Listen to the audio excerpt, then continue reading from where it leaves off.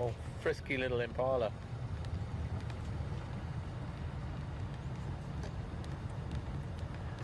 Very frisky. Well, as it's getting darker and we're following these impala towards Gowrie Dam, I'm going to say goodbye to you. We are only a few minutes away from quarantine, from our fireside chat and fireplace, and so I'm going to say goodbye from Wendy right now. I'm going to hand you over to Scott, who's sitting at the fire, and well, you'll see me arrive there shortly. I'm only a couple of minutes out. I'll be there soon. Thanks, Andrew. See you from Fireside Chat.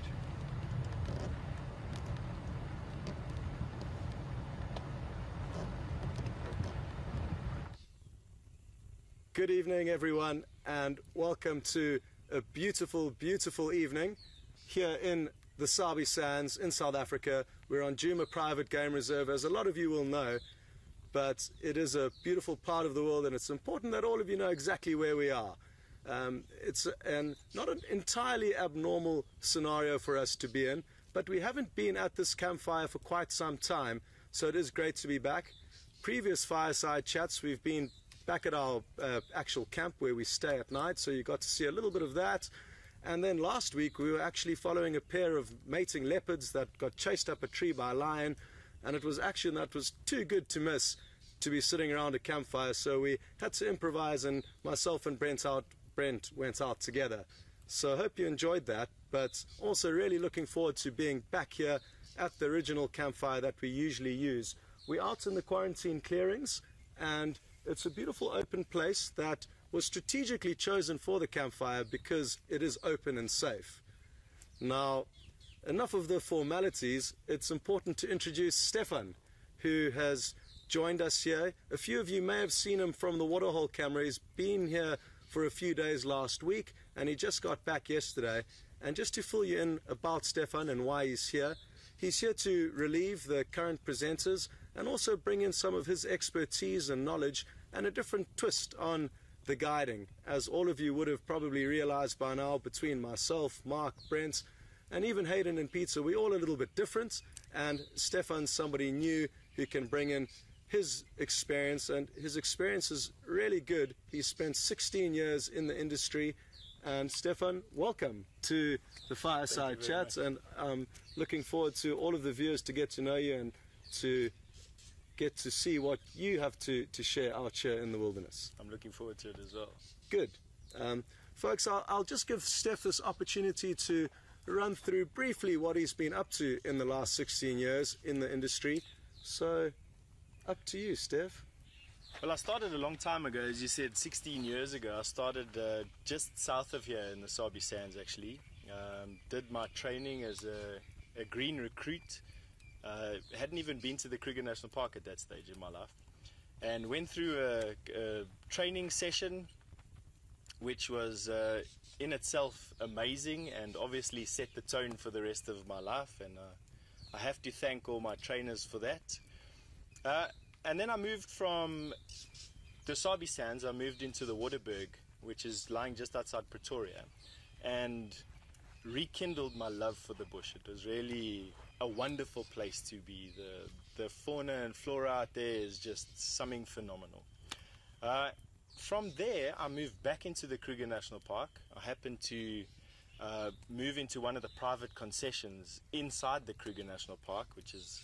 Well, there's one situated close to Satara, the Nwanetsi concession, and it was there that I really reached the pinnacle, I see it, of my guiding career. I loved working there. And that is really a beautiful concession for many reasons. It's a fantastic concession. As you'd know, it's one of the most prolific lion and elephant and buffalo areas in the Kruger, and I've got many, many good memories of being there.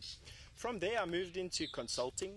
I got married and I had a family, so I moved into consulting. And since then, I've been consulting to a variety of game reserves and companies in South and Southern Africa, and exploring my love for touring. So I've happened to travel basically from Cape Town all the way to Kenya, into Mozambique, and all the way across into Angola, and I hope to do that for many years to come. But for now, I'm enjoying being back in the northern part of the Sabi Sands. It's definitely different to the southern part of the Sabi Sand, and I'm especially enjoying being with yourself and Brent. You guys are, and Marc. In actual fact, is a wealth of knowledge. So, exactly. For a little bit of our history, we actually know one another from a camp that we both used to work for. They've got various lodges throughout South Africa and Africa. And Steph was working at the camp in the Kruger National Park, and I was working at the same company's camp here in the Sabi Sands. And that's how we got to know one another. And that's actually a large part of why I'm sitting here this evening. Stefan actually heard about the position going here for Wild Earth and got in touch with me. He heard I just got back from Kenya. We've got a visitor. Good evening, Marc. I'm interrupting you. Not at all, not at all. So you would have heard Marc's just arrived, and he'll be joining us here shortly at the campfire. But myself and Steph, as well as Brent, all knew one another.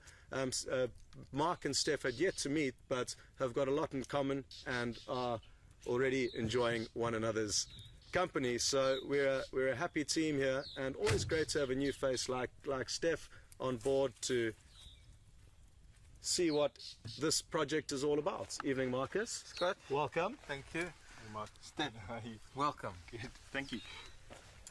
So, Marc, we've Hello, just Scott. welcome. Another good evening out there. Hello, everybody. That's a light. There's a camera.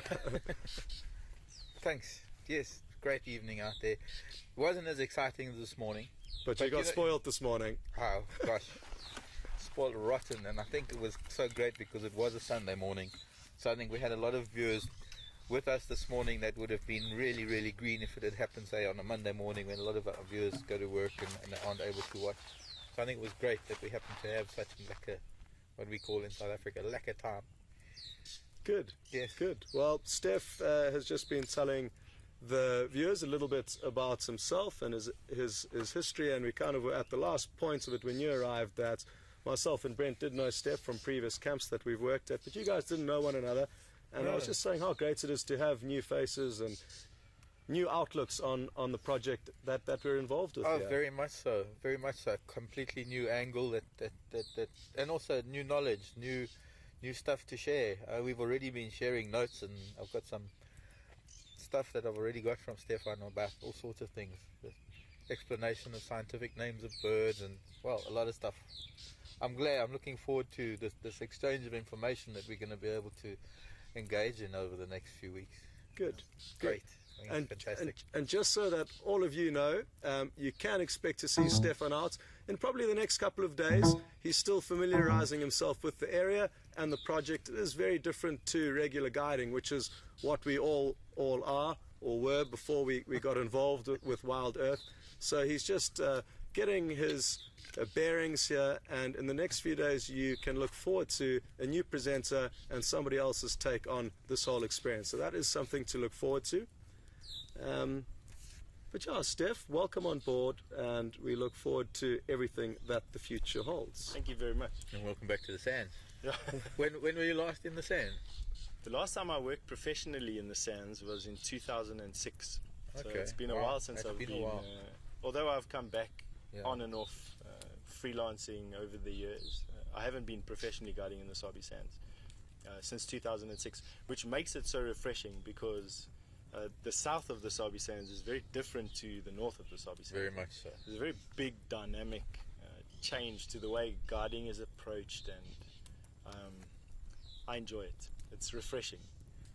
I'm thinking back to my arrival back here in 2008. I hadn't been here since I think 96. So it was also quite a large gap, and there was also the familiarity because it was the Sabi Sand, but it was also a new area in the Sabi Sand, and just this almost like a coming home thing, where there is that comfort of being here in the Sabi Sand. The lion. They're starting to roar at Buffelshoek Dam right now. Oh, I wish we were still sitting there. So Marc's lions are busy roaring, but it's a little bit too far away for our microphones to pick up, sadly. But we can hear them off in the distance, and who knows, maybe they'll come closer and we can possibly all of us could hear them if our microphones managed to pick them up. My lions, yes. Thanks, Scott. Well, you tracked them and found them, so today they belong to you. Thanks. No, that's actually true. But I think I do owe the credit to Lex. If I wasn't around, he would have followed the tracks and he would have found them. I just happened to be ahead of him on the tracks when he had already said they were going that way. Okay. Although, yes, it was a combined effort between me and Lex. As it often is. Lex and I. Lex and me. Me and Lex.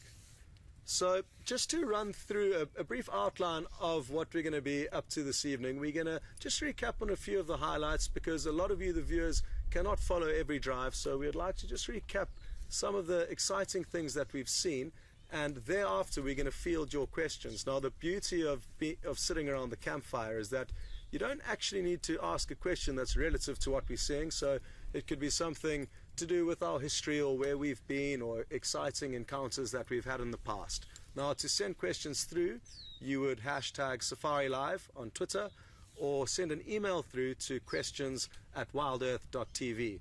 So send on your questions. Apologies in advance if we don't answer all of them, but there's so many that come through and we will certainly try our best. But now, highlights, Mark. Since you've been back, I mean, we can maybe go from most recent to not so recent because you arrived halfway through the week. I did. In fact, I think I've missed a lot, and I'm looking forward to listening to what your highlights were because I've heard you and Brent talking about them, but I haven't really had a chance to catch up properly what you guys saw when I was away. Because my highlights, I think the highlight was coming back. It is always special coming back after a little bit of a break, and because of what we do, it's so much fun what we do. But I think several highlights. First of all, I had the Tsalala breakaways 2 days ago at Arathusa Dam, and that was phenomenal. They'd killed a kudu bull, and the whole pride was a 13 lion. There are females and 9 youngsters of varying ages, anything from about, I think, 9 months or a year to about 2.5 years. Excuse me. And they're the biggest pride we get to see at the moment. That's right, yeah. And it was only the second time, I think. It's the only time I've seen them, yes. And the last time I saw them, we didn't really get to see them very well because I think they were dotted around. But finally, actually, in the afternoon, the day before yesterday, they actually managed to come out of their sleeping places and they made their way down to the dam, and they were all drinking, and there was an interaction with a hippo. But they had killed a kudu, so we managed to see a little bit of interaction between them. You know what it's like at the end of a pride when one of them picks up a trophy, and it'll sit there and it'll chew and it'll try and make the rest of them jealous, and then it'll get tired, and then the next one will come and it'll sit on the same. And this was the base of the horns and that part of the skull, and then there was also just the first cervical vertebra. That was also another trophy that they were just sitting and licking and chewing. The other, I suppose, was Shadow's cub. I didn't get to see her, but we saw Shadow's cub. And then this morning, what can I say? And this morning, following the lion tracks and finding them at the dam, and the crocodile was there, and then finding, just almost bumping into quarantine male. That's amazing. How many times you actually, because you're looking at tracks, or you're looking a little bit further than out there, and you actually have a cat right there at your feet almost. And then finding that Karula was seen on her way down towards the dam, and we just happened to be almost heading in that direction. And seeing her stalk, it's always great to see them stalk as opposed to actually finally making the kill. It's very exciting, and it is also very, very real about what happens here. But I know that it is a sensitive thing for a lot of viewers. But it's nice to see them going into the motion, but not necessarily executing it. Well, it certainly has been a great coming back. Yeah, you've arrived back at a good time, and you've had great drives ever since. Yeah. Going a little bit further back before Mark got back from leave, and Brent, just to let all of you know, he is fine and well, but he's off at a wedding, so he'll be back in a couple of days. So that's why he's not here.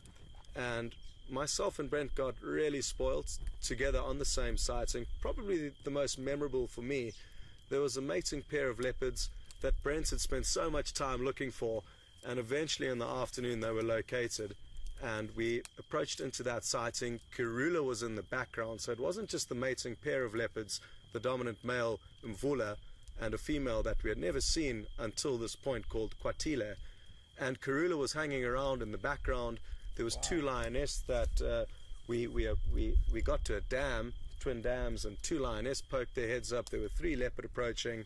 The lions chased the leopard up at the tree, or 2 of the leopard at least, the mating pair.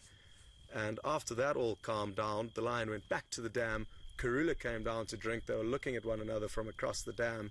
It was all very, very exciting. Thankfully, none of the leopards got injured, and it is a reality if they do bump into lion that they could get themselves in trouble, but thankfully it's not their first time and they escaped without any problems.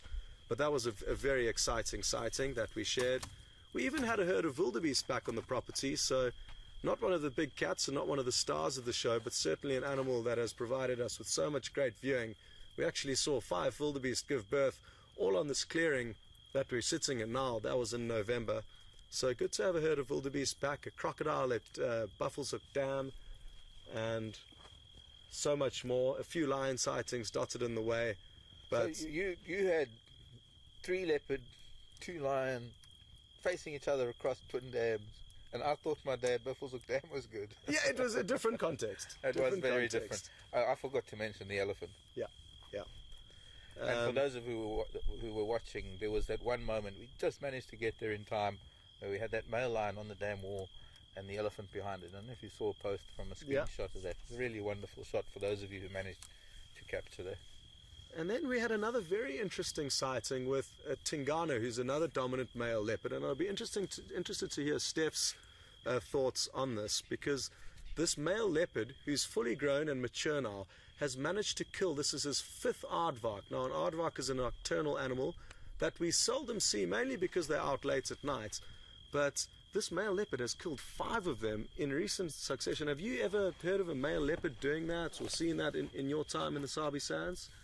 You know, male leopard, in my experience, are funny things. They definitely build their own characters and their own personalities, and depending on what experiences they've gone through, they may or may not like different things.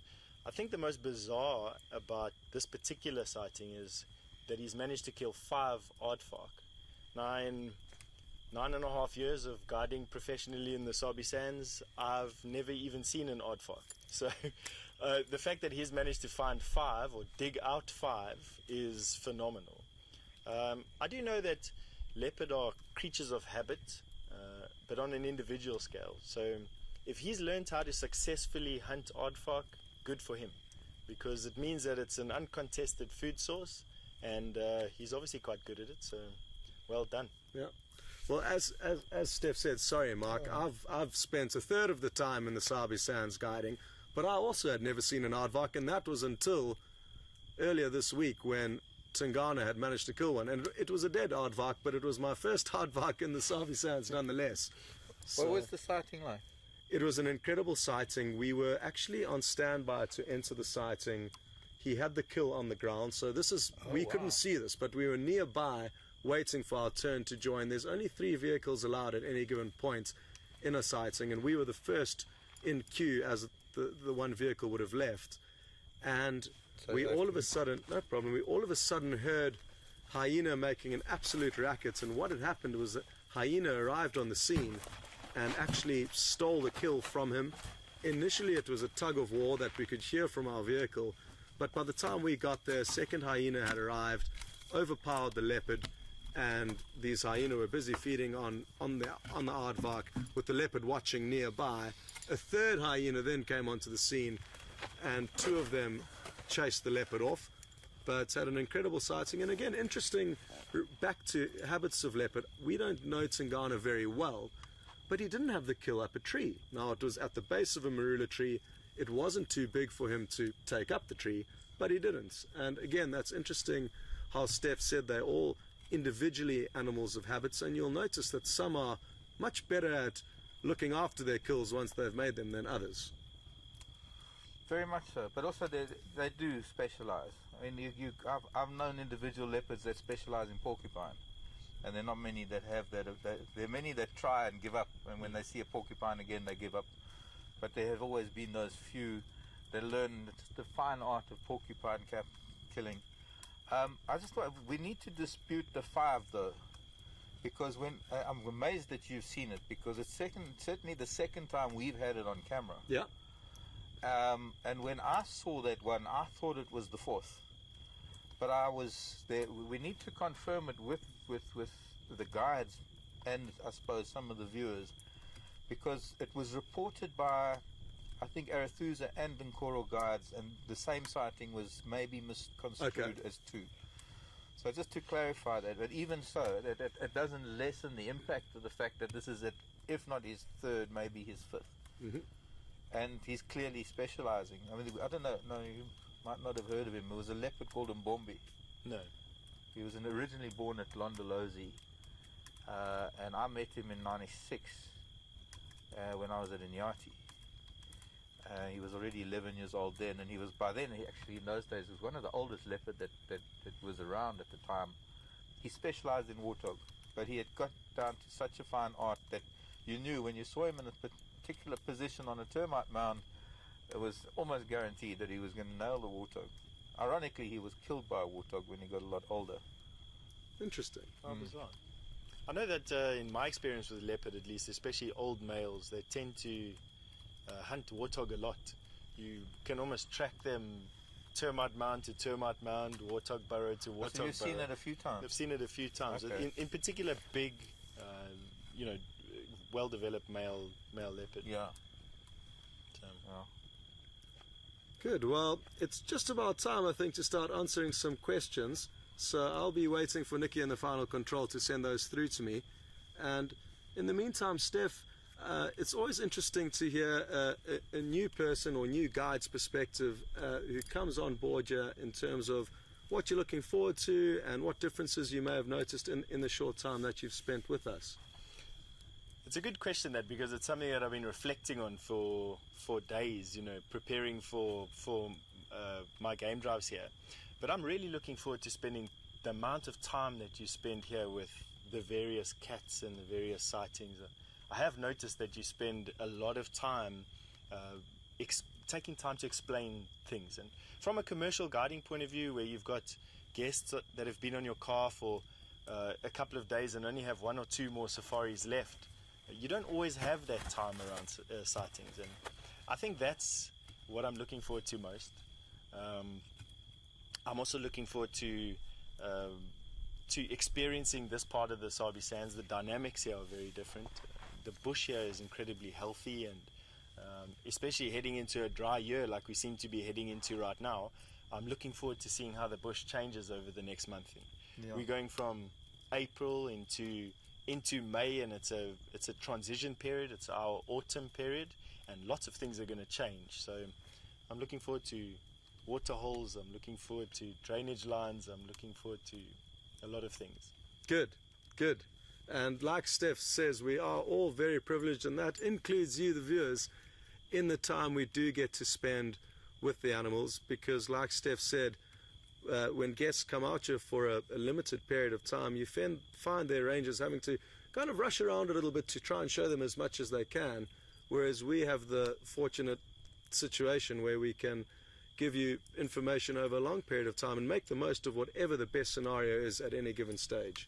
So you're right, and that is something that myself and Marc often chat about and enjoy, and even Brent, who's also a newcomer. So that is something that you will certainly enjoy. I think to add to that, and just to that emphasizes it, that you get to spend time with individuals, and so that answers a lot of the questions. A lot of times we get asked questions about behavior and what does a leopard do if, or what if, and questions that can really only be answered by spending time with animals and actually being with the same individual, to know what the same individual does in different circumstances, rather than seeing so many different leopards throughout a period of time.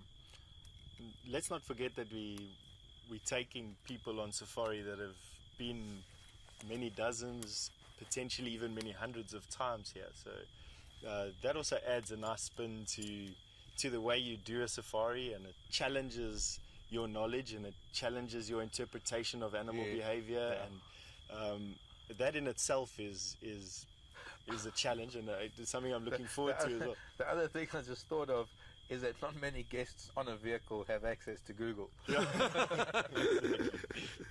Exactly. You can double check us from wherever you're sitting across the world. Anything we say, you can double check us. But I think it's through that we learn so much. I've made this statement that I've made for a long time because I've only really studied it in the environments I've lived in, and that's vines and the way they grow. And I understood, I was always under the impression that they grew clockwise in the northern hemisphere, counterclockwise down here, because it was all part of the Coriolis effect in the whole north-south hemisphere.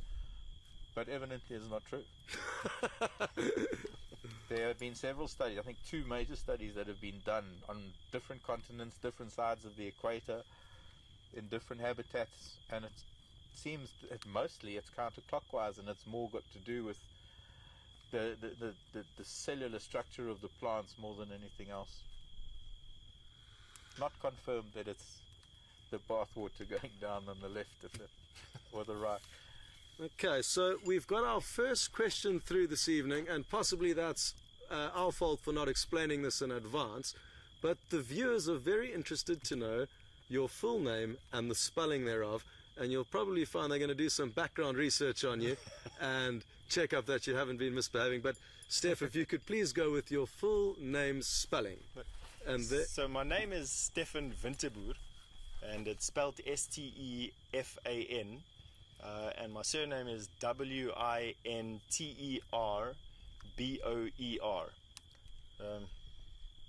Definitely comes out of the old South Africa. I wouldn't say it's the most democratic surname at the moment, but it earns itself its fair share of laughs, and is definitely a conversation point.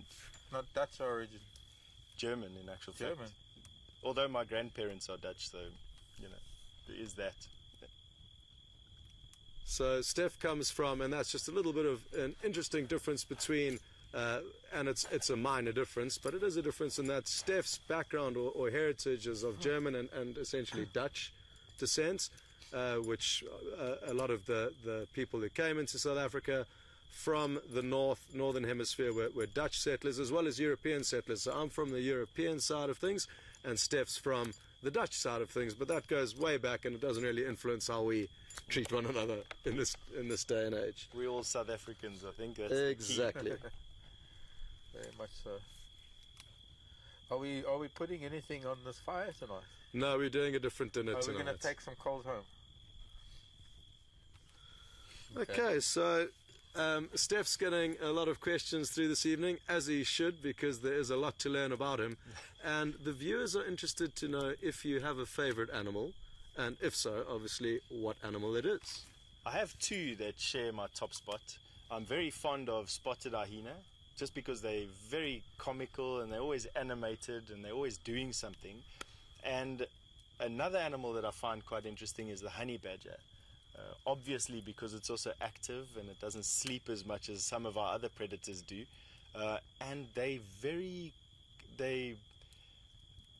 definitely have a personality as well. They know what they're about, and can sometimes be quite inquisitive.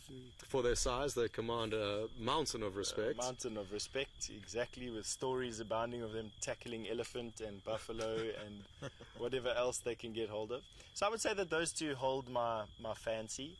However, I found that over the years, season to season and year to year, my interests change from birds to butterflies to insects and then to grass and ecology. So I definitely say that at the moment my favorites are insects, although we're going back into winter now, so it's going to change most definitely. Well, Marc's got a whole library of photographs of insects that can keep us busy during the winter, because he is something else when it comes to insects. There's nothing better. Any insect that I find crawling around the camp, I'm like a little kid. I put it in my hand and go up to Marc with a smile on my face and see what he has to tell me about it. So it's good to have another insect lover here, and I'm sure that yourself and Marc and all of us can continue to learn a lot just through your archives. Just the sharing of the wonderful thing about the passion that we all share is that it does drive us in different directions. As Stefan is saying, that different seasons there are different things that grab his attention, and that takes one on a completely different learning path to another person, and so we are filled with knowledge, but it's our own little particular piece of knowledge. So to share that with each other, because we all build up these little libraries in our head, and nobody else ever gets to read them as much as, say, the viewers. And the best way to learn is to what did somebody call it? I forget, I'll think of a term, but there was this sort of shared knowledge that we need to, and we do.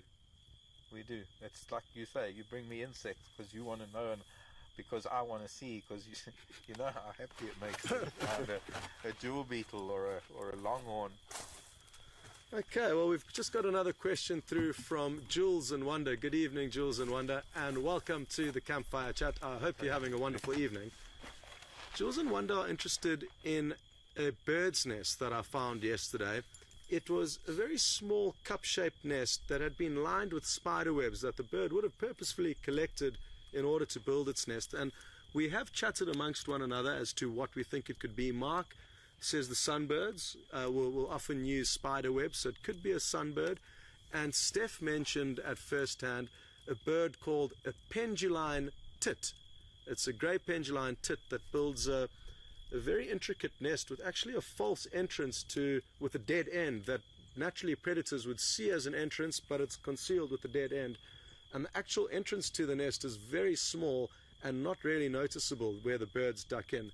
And it could have been an old penduline tit nest. Because it isn't the nesting season, it's difficult to say because it's old and would have broken down a fair amount. They would have needed to see the nest, to see the entrance of the nest. But you know, it's quite remarkable because I've seen sunbirds collecting spiderweb, and you'll often find sunbirds under the eaves of houses collecting cobweb, spiderweb, that they will bind with lichen. That's the other thing, whether it was lichen or fine grasses that was used to sew together with the spiderweb. And you often find them collecting it. But I've had some remarkable things happening outside my front door at home with a community spiderweb. And it's happened in 2, if not 3 seasons in a row, but I've filmed it on both 2 seasons, where they were flying into this community spider's web with bits of mapani leaf and dehusked mapani seed, and they were pushing it into the web every day. And then of course the spiders would come out and they'd fix it all up at night because they're nocturnal spiders, and come daytime the spiders are all. This is the only community spider we have here, the community web, and I'm sure each one of us could be able to find a nest for you. But these sunbirds were actually building their nest inside the spider web, so that they eventually had their ball of the nest inside the spider web, and every time they modified it, the spiders would spin more silk around it. That's it was incredible. remarkable. I took video of it. I need to find it again. You do need to find that and share that with us. Get help editing from Uncle Viam over there.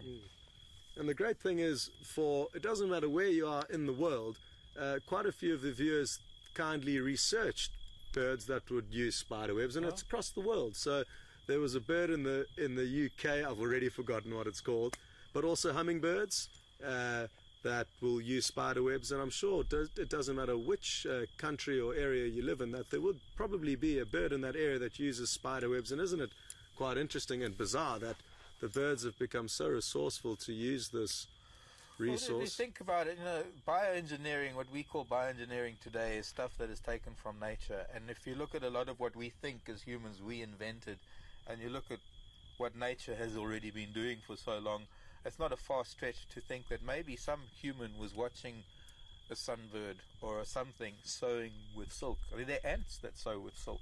They're ants that use silk to sew leaves together. So it's not a far stretch to think that we never needed to sew anything other than when it came to clothing and out of necessity. It wasn't an built-in action for us to nest or anything, but we've certainly adopted the act of sewing things together. And I'm thinking, well, maybe it's because we had people watching nature many years ago before television. Exactly. Well, thanks very much for that question, Wanda and Jules. And what I'll do is I'll make sure Marc knows where it is and maybe point it out to you, and you can go and have a closer look, and Stefan, where the nest is, and we can try and further look into exactly which nest it is. We've just got another question through from Jeffrey. Good evening, Jeffrey, and welcome. Jeffrey is interested to know whether or what our thoughts are rather, on Karula being pregnant. Now, for those of you that don't know, Karula is a female leopard. She's just over 10 years old, and her territory encompasses the camp where we stay. So we do see her fairly often, not as often as we would like to, because she has been moving around quite a lot and expanding her territory potentially. But there is a potential that she is pregnant. Mark, what are your thoughts? Well, I suppose I'm having seen her today and spent time with her. I don't know, when did you last see her? I saw her last in the sighting with the mating pair at night. About a week ago. Yeah, about a week ago. I was following her through the grasses, and it was only when she was out at the dam much later on, after we left, after we signed off. She was standing as she made her way down to the water, so unobstructed, and I had a look, and I would say yes. Not yes, she's pregnant, but yes, I can see her tummy's hanging a little bit. She is an 11-year-old cat, so she is going to have, she's had 5 litters, so she is going to have a little bit of sagging in the tummy. But it is hanging, there is, yeah, maybe, don't know. Yeah. I can't say for sure. It would be nice to think so. My guess. I was sitting in final control watching your game drive today, and with the benefit of having a recorded scene and something that I was able to refer back to, Yeah. I'd have to confirm that with you. She definitely has a weightiness to her belly that suggests something else than sagging. Or a full tummy. Or a full tummy. She definitely had a meal at some point, but there was that weightiness that they get.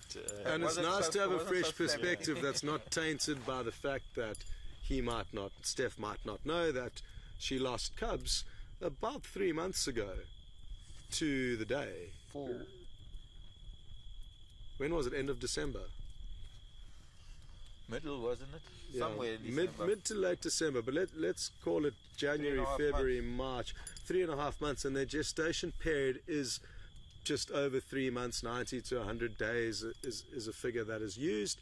So the fact that she did lose her cubs, and leopards are known to mate very shortly after losing cubs, not every time, but potentially a week or 2 after losing cubs, they could already come 2 into weeks season they can come into season. and mate again and have the next litter ready in essentially 3 months. So we are getting to that point that if she had have mated shortly after she lost her cubs, we should be expecting cubs fairly soon. But Steph didn't know that, so it's nice that he's... Yeah, no, I wouldn't push it to say soon. I'd say that there might still be another good. It's only the first bit of First trimester. Yes, maybe still about 2 months to go. When was she mating? Well, she hasn't been seen officially that we know of mating since then. But I know it was a week or so after she lost her cubs that I found tracks of a female leopard that not necessarily was her, but in all likelihood could have been her, with the male.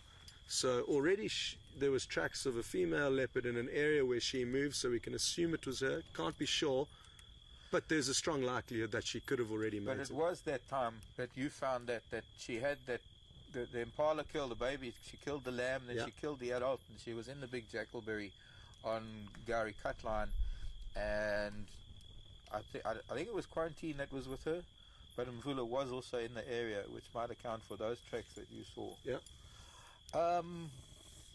It's a wait and see. We've got a couple of more weeks. Let's take note of it.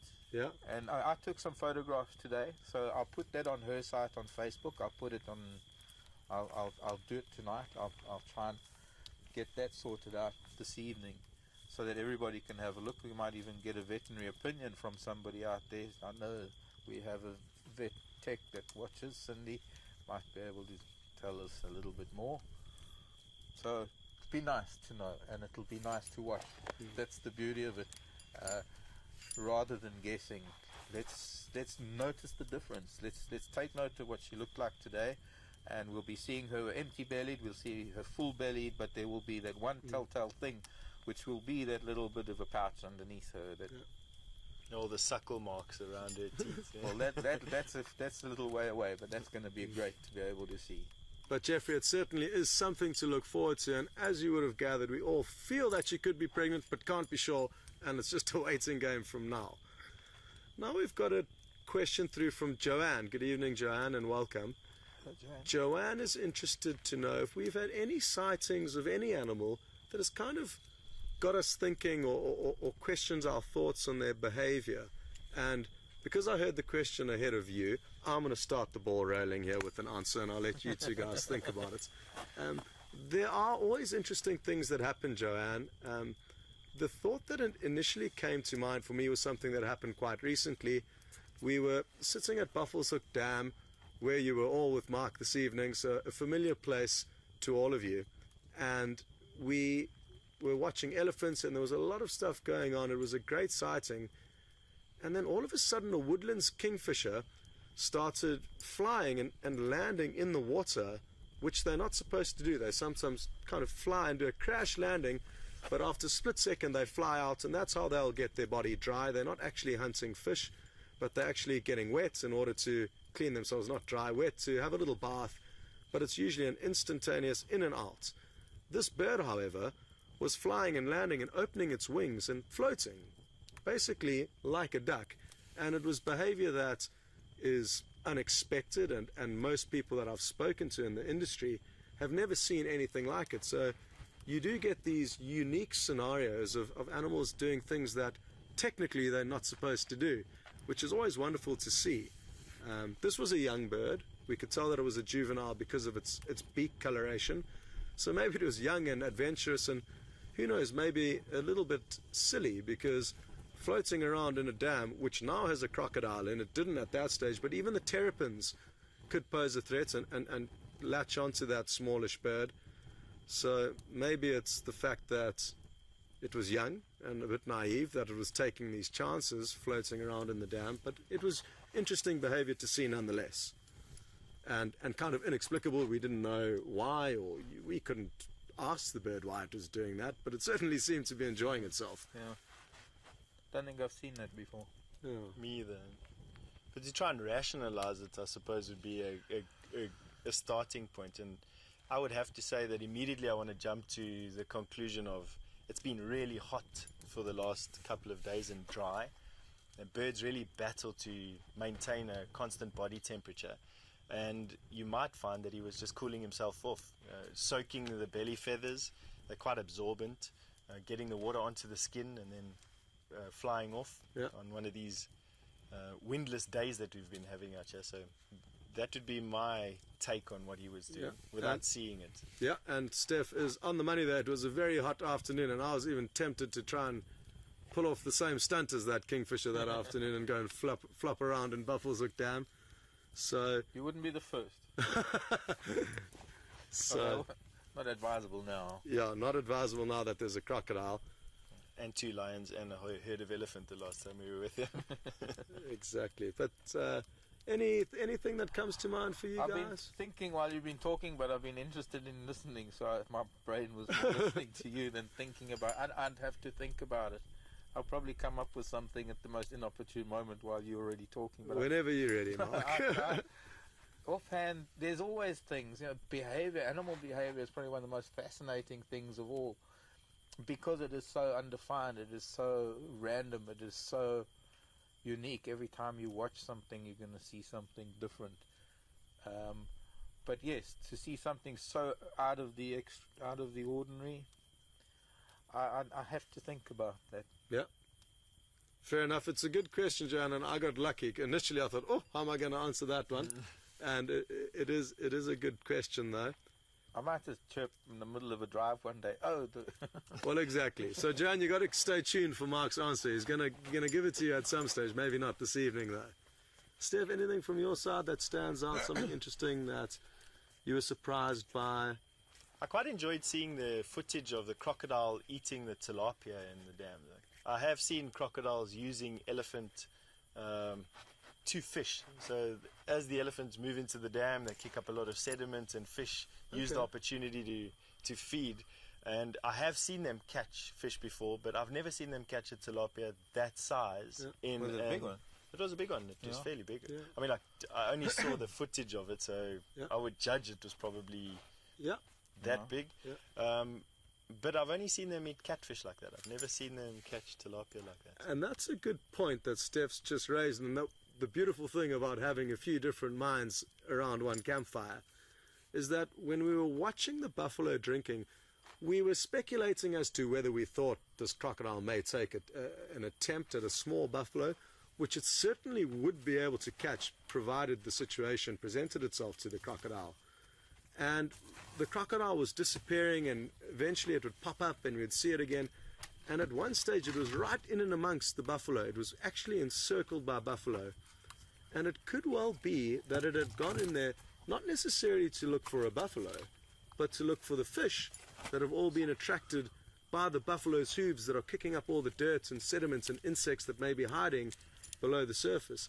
So that has helped me now piece together the puzzle, and it could well be that rather than the crocodile going for the buffalo, it was attracted to the movements around the buffalo, knowing that there would be fish there. Opportunism. Exactly. The drongo catching insects around the alleys too, and there's so many things. But yeah, thinking of, I've thought of footage I've seen of unusual behaviour, but I think it's every day that we spend here. We're hoping to see that one thing that we've never seen before. We're able to, and it does happen every day. Oh, with understanding comes more questions. I found very much so. Okay. Well, thank you very much again, Joanne, for getting us onto that topic. But we are going to ask the next question now, and that's from Carla in Holland. Good evening, Carla, and welcome to the campfire with us this evening. Carla is interested to know... Oh, I've just gone blank. Nikki? Nikki's going to send through the question again, but I've just gone absolutely blank. The radios. Okay. Apologies, Carla. It's a great question, though, and I shouldn't have forgotten it. And this is we're all going to enjoy, and I look forward to hearing everyone's answers. Carla's interested to know the radios that we use during our game drives, that we all coordinate with the other game viewers where the sightings are. We work together to find animals. Would you prefer to drive around without the radio or with it? And now there are pros and cons which we can all go through, but we'll start with Marc, if you like. Well, I think having experienced both, it's very intense here in the Sabi Sand to some degree. It was perhaps the most intense I've ever experienced it in Thornybush. And I don't have a radio at home, although I have neighbours that all have radios, and it's a very big share block next to me. There's a bar now, shouting, by the way. But also in East Africa, where we're the only people there, so there are no radios, there are no other vehicles, or even out on a walk. When I'm out on a walk, there's no other sightings to go to. You're out there in the wilderness and you're doing your own thing. I have to say that has to be the best, because that is where you're able to experience anything, whether it is an impala or a giraffe, or the most incredible sighting that some of the ones that we see. You're the only one that is ever going to see it, and it's that uniqueness and that moment in time that is only yours. And even if, well, no, there's no one to share it with. For me, that's the thing. It doesn't necessarily work for what we want to do here, because I think there are far too long periods when you're not seeing much, when you've got to full time with things that are not easy to do with the camera. Yeah. So for your own personal enjoyment, and we're privileged in that we've spent a lot of time in the bush, it would be great to have absolutely no idea what's going on and everything's a complete surprise. Definitely. Like Marc says. But at the end of the day, if we didn't work together, we would really battle to find animals. And all of you that, especially that have been viewing for a long time now, you'll know that one day we're the lucky ones that get to find the animals, but other days we have to rely on the other people to find the animals for us. So it's important to share. Like those moments of going over to Arethusa and joining in on the sightings in Arethusa. If it wasn't for that, we wouldn't have seen those the breakaways. Exactly. Steph, your thoughts? while I can't dispute the fact that being alone in a sighting has a particular magic, the very big pro of having a greater guiding community helping you on any one game drive is that you have choice. You can choose what to see. You can choose how you build an experience, basically, and I think that is a key thing, because people are here for such a short time, to build an experience for them. Because if you, very much so. Yeah. Sorry. Yeah. So, you know, while I love being in sightings that you track and find and view on your own, there's definitely a huge plus to being part of a guiding community that works so well as it does here. Yep. So, and if it wasn't for all of the vehicles and all of the people spending time with the various animals that we occasionally get to spend time with, those animals probably wouldn't be habituated with the vehicles, and the quality of our sightings would be far worse. What you need to remember, especially in this reserve, is that people have been coming here for over 50 years, just armed with cameras, taking photographs of animals and not interfering with the animals' day-to-day routine, allowing us for the incredible sightings that we have and the proximity that we can get to animals, especially leopard, I would say, the main one in this area, that are naturally very shy and elusive, and you'll find them in other parks throughout Africa, but you won't necessarily see them there. They'll occur there, but they will not be relaxed with humans. So that is a perk of having lots of people sharing information, tracking animals together, and then just the fact that even if we're not responding to a sighting, we know of something interesting that's happened far away from us, that Karula has arrived in an area where we wouldn't expect to have, but because people are there driving around and looking, we get to know that interesting information about the animal's movements even when we are not there. Yeah. Or we can anticipate them coming here and hearing about sightings elsewhere and knowing that, well, where they're close or they're, makes a difference. Yeah, a huge difference. Interesting question, though. That was very interesting. Yeah, a good question, and I'm sure a lot of guides will have never-ending debates as to what the correct answer is to that. Okay, we do have the next question coming through, though. So thank you very much for that question, though, Carla.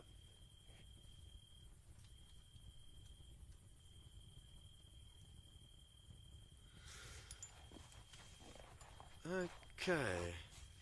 Lynn in Canada, good evening, and I hope you are well.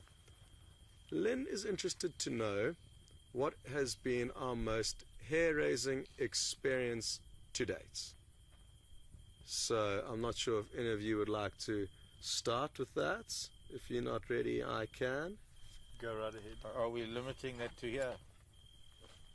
Yes, let's... to Djuma, or... Well, if Lynn wouldn't mind, should we limit it to the... No, let's keep it open-ended. Let's keep it open-ended. Okay. I'm going to go with...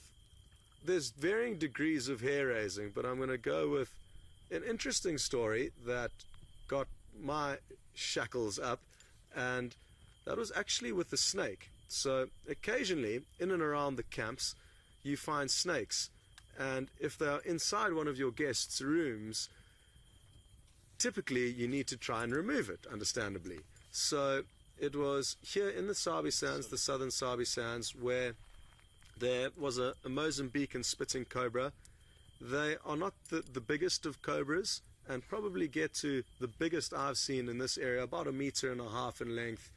And thankfully they're not deadly for an average healthy human, but they do pose both a very nasty bite that would probably get you into hospital, as well as the fact that they can spit venom into your eyes. So I'd been told that one of my guests had a snake in their room, so I went there. We've got a big visor and snake catching equipment, tongs that are specifically designed to catch snakes. The problem with these tongs is that they're designed to catch snakes out in the bush, not necessarily in closed environments. And I was finding that with the right angles on the walls that the snake was slithering down, these tongs actually didn't have the right grip or shape to lash onto the snake. And it was after 10 or 15 minutes of some hair-raising experiences with the snake that came to mind for for your question this evening. So one of my most hair-raising definitely was with the snake, and the interesting thing that I think we can learn from this is that if and when you can avoid catching a snake, which is the majority of the time unless it's inside your room, even then what we could have done if we weren't under pressure was simply open the doors and the snake would probably leave. But in this scenario we were kind of forced to catch the snake. But where you can, avoid catching snakes, or call somebody that does have the knowledge and the right tools to do that, because you'll find that most people get bitten by snakes when trying to either catch them or kill them. So that's my story, and I'm going to hand over now to Marc and Steph. I'm not sure which one of them is ready for their hair-raising story. I don't know which one. I suppose I had an elephant encounter that was pretty hair-raising, because she was beating me up and she gored me with her tusk, and I was fighting back for my life. So you were on foot then? Yeah, and I was underneath her. So that was pretty hairy. I've had the cobra and rolling a landy, and I've had a few other events in the bush, but I think the worst has probably been underneath an elephant. Okay, so Mark's probably trumps mine, because I haven't. Not a Trump thing. No, it's not a Trump thing. It's different genres, different genres of hair raising. But Mark's one was a much larger mammal than my fairly small reptile. Although I must be honest, I think most guides have their moment with elephant. It's sort of the watershed moment between being a bit too brave and then learning full respect for elephant. You know, complacency plays a bit of a role there too. They do. My closest encounter, or my most hair-raising encounter, was with elephant as well. A male elephant. I stumbled upon him on a walk with some people, and we were looking at some tracks, and he was walking down the road, and before we knew it, we were well within each other's comfort zones. He wasn't comfortable with us, and we definitely weren't comfortable with him. But the usual trick of just creating distance didn't work, and he decided to chase us away from where we were. And the unbelievable build-up of tension was actually what scared me the most. Was this groundswell of pressure that you feel when an animal's rushing down at you. And at the most critical time, my group of people that I was guiding split apart and bombshelled into the bush around me. So it was a choice between running myself, protecting the only person that I could, which was next to me, and having this unbelievable sense of responsibility for those who are bombshelling. Or bombshelling, yeah. And even though nothing happened, the elephant stopped, and I managed to jump off the edge of a drainage line into some sand. It was still, to this day, it raises goosebumps just thinking about it, you know. So definitely elephant is what I want to say. There is something about a big bull rushing, even though 99% of the time they always stop. But yeah, rushing up and kicking sand in your face. Exactly. And just standing your ground and not knowing whether he's going to stop or not. Yeah, well, there certainly are a long list, and we would have to have a gigantic pile of wood here to go through all of the other hair-raising moments, but it is something that keeps it real out here. There is obviously risks, but what's important to remember is that it's far safer as a human being here living in the wilderness than living in any city in the world. Oh yes. And all of us will vouch for that. So even though there are risks here, they are not nearly as numerous as those risks where there are more humans than animals. So I feel safer here than anywhere else, and even though we do get the odd fright, typically animals do not want to have anything negative to do to us, and it's very seldom that they do. Well, it is the time to wrap up the fireside chat already. It gets diluted when we've got extra guests and visitors and the time goes by, and we've got great questions coming through. So thank you to everybody for your questions that you've sent through, and sorry we couldn't answer everyone's, but we always try our best. And send your questions through tomorrow on the drives. That is also a good time to send through questions. And from myself and Stefan and Mark, thank you very, very much for joining. And again, a big welcome to Steph. We can't wait to get him out on the road, and it'll just be in a couple of days until you see him and get to go on a game drive with him. And I can guarantee you're going to have a good time. So that's something to look forward to. Also, Brent will be coming back sometime this week. So there's going to be a lot of action here and a lot of new faces for you to see. And we're working on Jigger tomorrow. And we're working on Jigger, the other vehicle, tomorrow. Obviously, it's the weekend, so we couldn't convince any mechanics to come out here and do the work. But it's not a problem because parts are being sourced in Johannesburg as we speak that need to be put into the car tomorrow. So hopefully tomorrow afternoon or the next day we'll have the second vehicle up and running. But other than that, I wish you all a wonderful evening or morning, depending on where you are in the world. And thanks to Steph guys. and Mark, and to VM and Andrew on camera. Thanks, guys. To Nikki in Final Control. And there's also another member of the Wild Earth team that a lot of you will know. His name is Will Fox. He's also back here for a short time just to give some input on our project and how we've been doing. So it's great to have Will back in camp, and he just arrived today.